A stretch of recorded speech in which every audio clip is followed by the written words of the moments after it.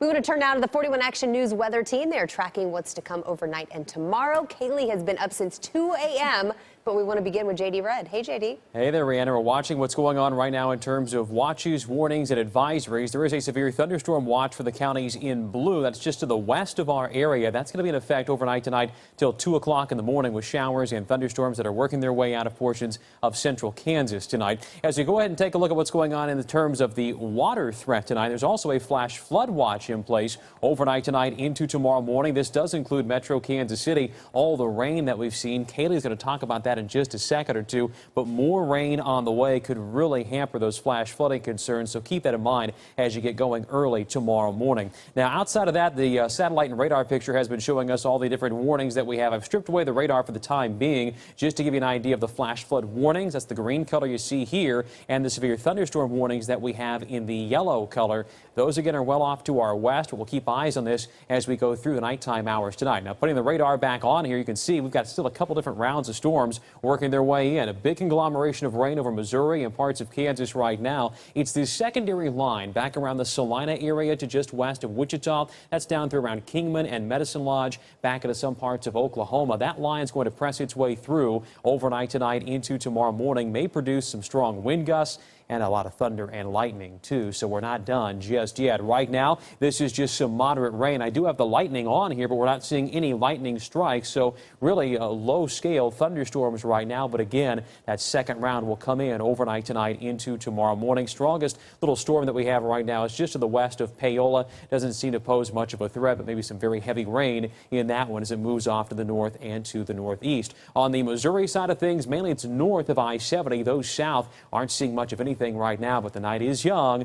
More overnight hours will bring more chances for rain and thunderstorms. Meanwhile, northwestern Missouri and northeastern Kansas, some moderate rain here, and a few little lightning bolts are showing up on our lightning indicator, so perhaps a few rumbles of thunder here and there. Back to the bigger picture, and we'll spin things up into motion. You can kind of see where things are heading this evening. Watching a little new development there just to the southeast of Emporia, and again, that secondary line, which is back into parts of central Kansas. So here's what to expect overnight tonight. More rounds of thunderstorms working their way in. Heavy rain and flooding not out of the question. Strong wind gusts overnight tonight would not surprise me, so warnings may be possible for wind overnight tonight into tomorrow. To take you through tomorrow in the morning, maybe a spotty shower around. We could see something hit or miss in the afternoon. Then later in the day, a chance for more showers and thunderstorms to develop just in time for that Royals game. How about rainfall? Let's check in with Kaylee.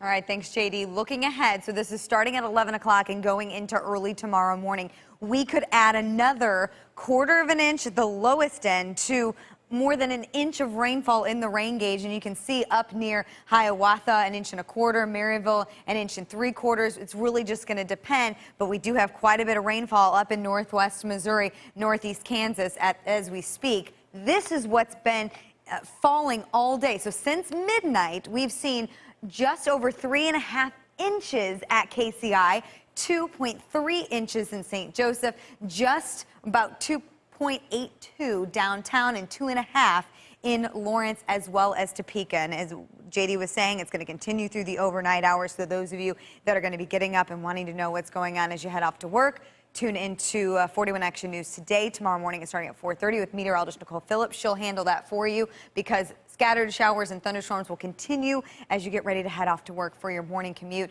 We'll dry out between about 8 o'clock and 2 o'clock, and then you'll have to watch for more storms again as we start off your Memorial Day weekend, JD. All right, good news out talking about the weekend forecast. Here's your 7-day really quickly. We'll watch those shower and thunderstorm chances this weekend. Sorry, Royals fans. Sorry, Frank. The chances are going to persist for next week, so more showers and thunderstorms are possible as we work our way through next week for those Royals games. At least the temperatures are warm. Okay. We got that going for us.